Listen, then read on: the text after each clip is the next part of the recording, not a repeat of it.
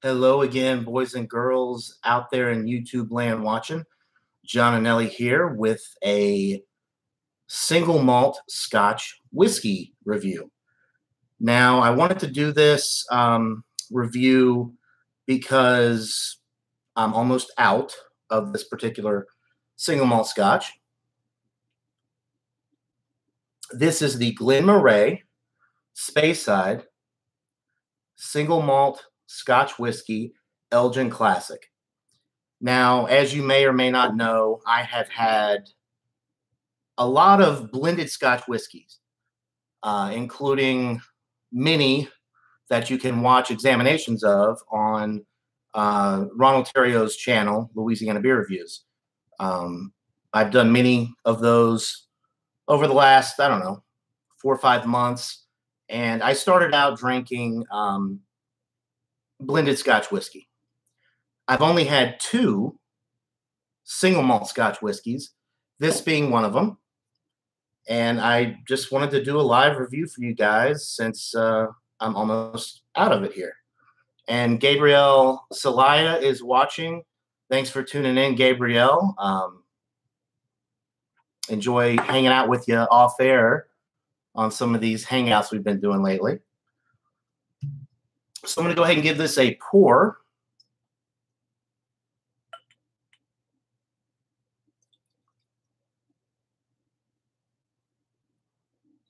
I'll just pour the rest of it, I guess.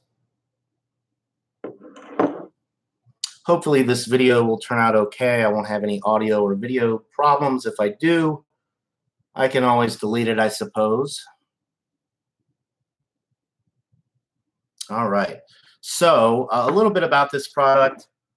The Glen Moray Distillery has been producing single malt Scotch whiskey since the 19th century from Elgin, the capital of Speyside, Scotland's most famous whiskey region. The craft of producing this elegant and well-rounded single malt has been passed from generation to generation, ensuring the legacy of the Glen Moray Distillery continues. So this product, I did not mention before, right there on the label on the bottom, it says port cask finish. So this single malt Scotch whiskey is selected from the finest American oak barrels and finished for 8 months in port pipes. So that's pretty, it sounds pretty dang good is what it sounds like.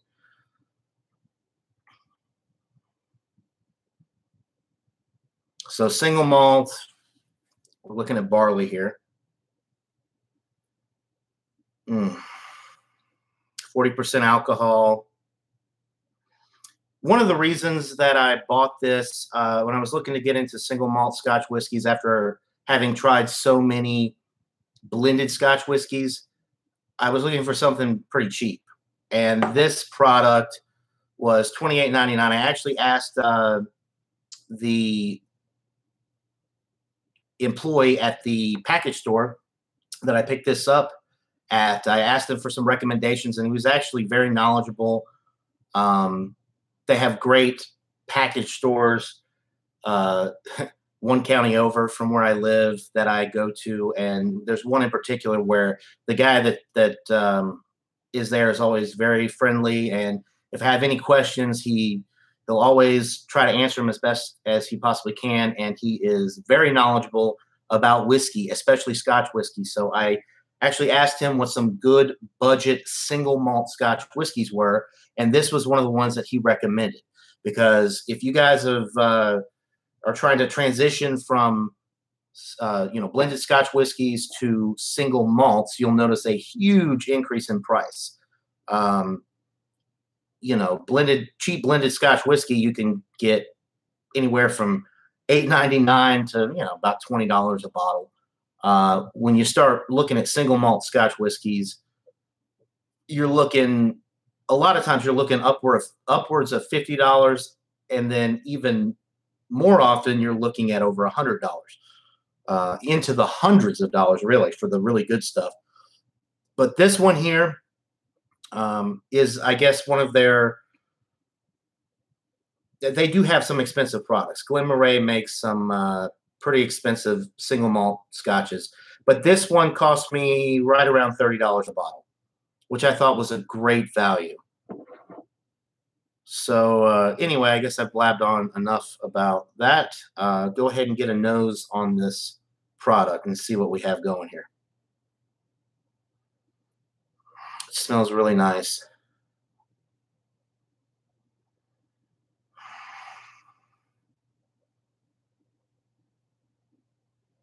There's some sweetness on the nose, some caramel sweetness, maybe a little bit of toffee, light vanilla.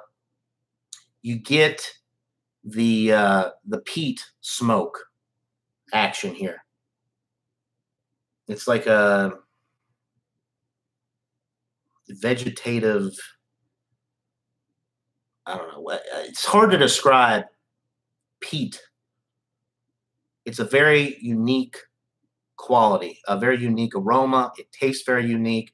It's different from anything else that you're going to encounter, especially in the whiskey world, which is what makes Scotch so different, because that peat smoke, that character that you get from the peat is just so different than any other product.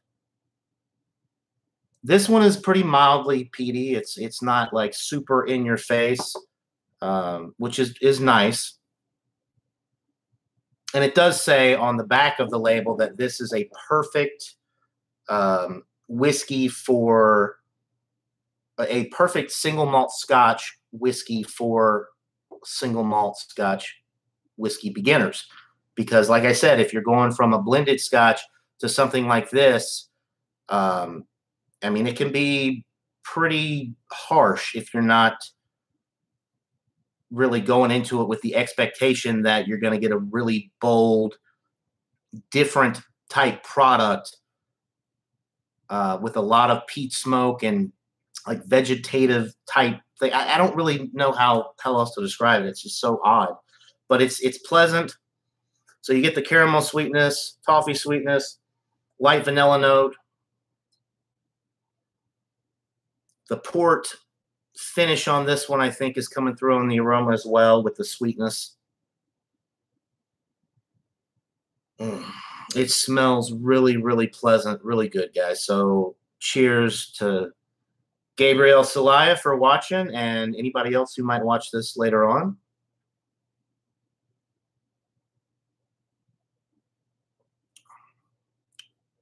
Oh, yeah, this is such a delightful product.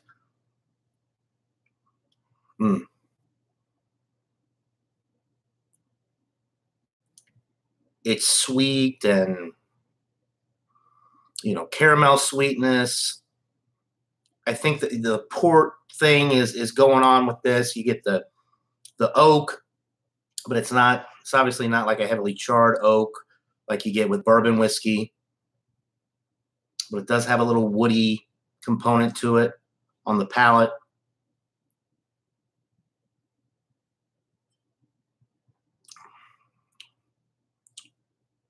It drops off pretty nicely.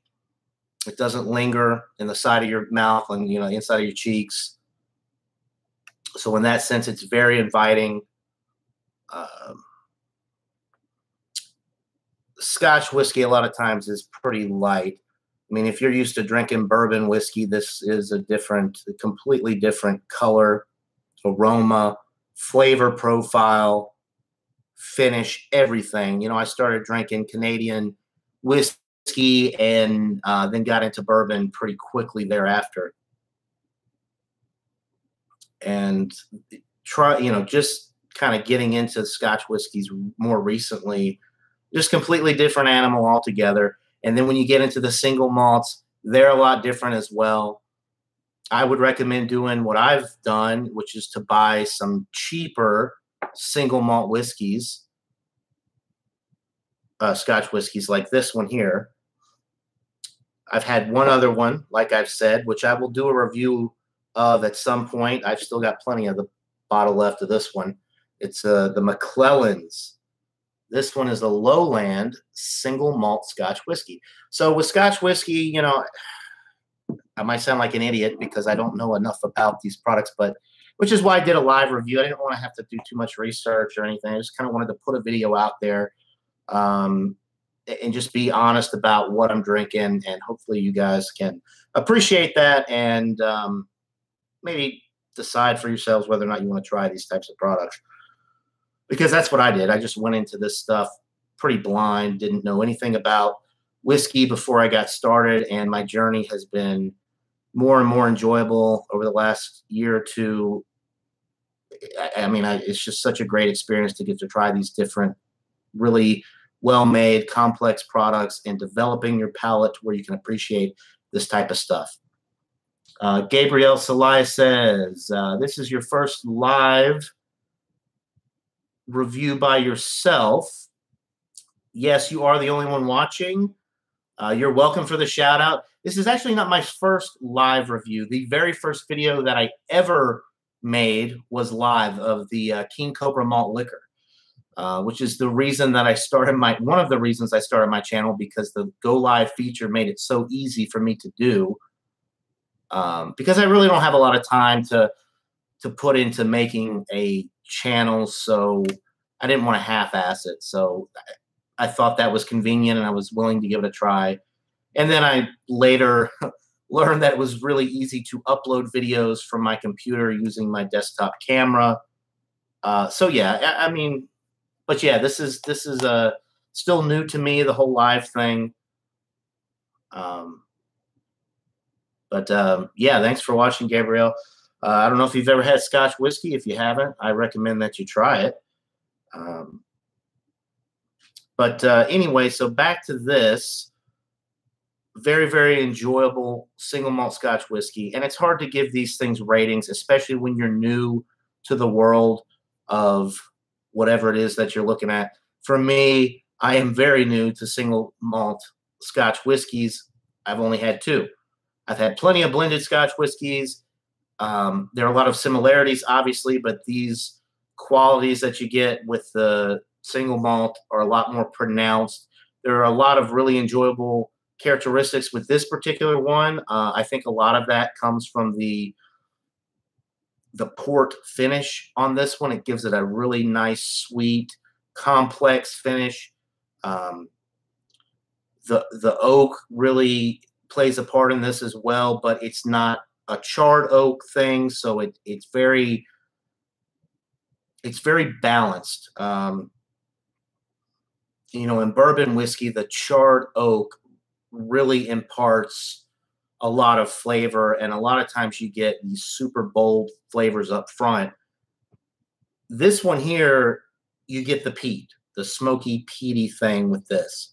So if you're not used to it, it can really throw you off. But, you know, I do think that Scotch is an acquired taste, but if you give it a chance, I think there are a lot of really great things to be said about these types of products. But anyway, this is kind of a budget single malt Scotch. So if you're trying to get into these type of things, go for something cheap, and I think you'll still be pretty happy, because these are great products. I mean, even though it's more on the budget side for single malt Scotch whiskey, there's still a process that you have to go through to make these products, and you can't really skimp on quality when it comes to single malt Scotch. Maybe you can, but this one is great.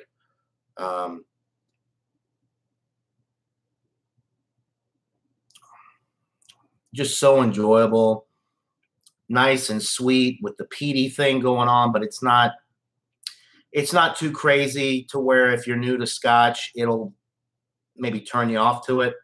I think it would be a good introductory single malt Scotch, especially if you've been drinking a lot of blended Scotch whiskeys. This would be a good first single malt Scotch to try, because it's not too much different than a lot of the blended Scotch whiskeys I've had, although it is better. I mean, it's clearly a better, in my opinion. I like some of the bolder qualities that you get with this one, just like I prefer bourbon whiskey over blended whiskey, because, you know, straight bourbon whiskey, because I like some of those bold flavors.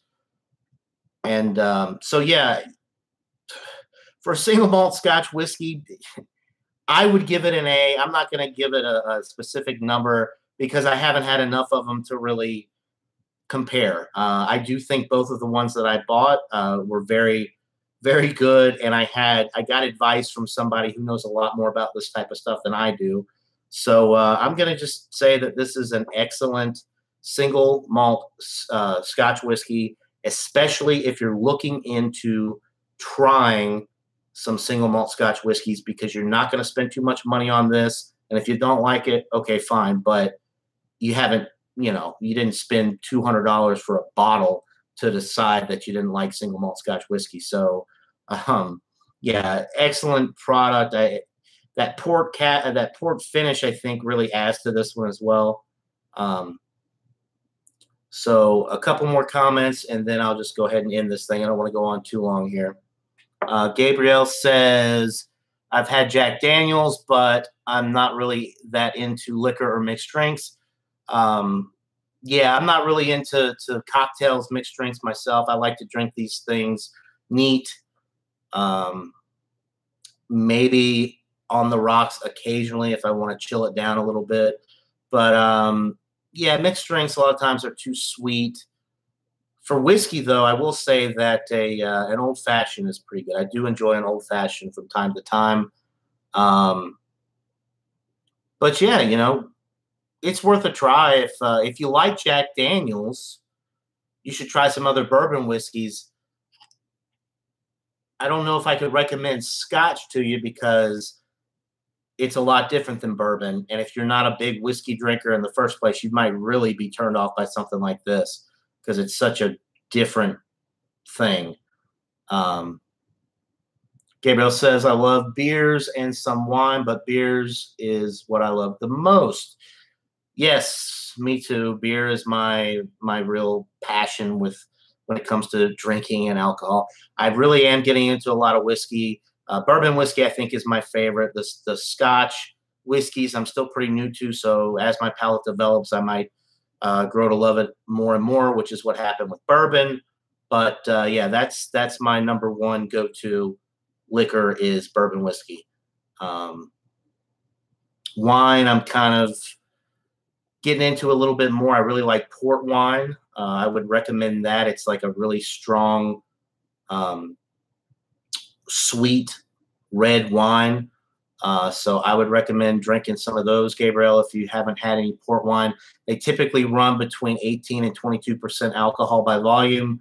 They're really sweet and enjoyable after a meal. That's why they're called dessert wines. They just kind of do a good job after a nice meal.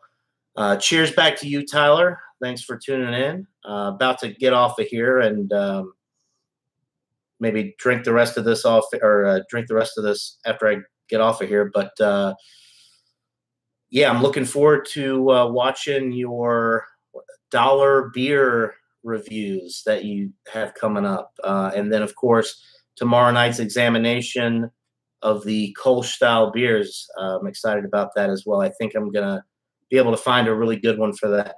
So, all right, that'll do it. Hopefully this thing didn't go on too long and turn out all terrible.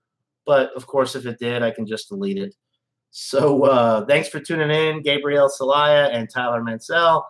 Hope everybody has a great night. And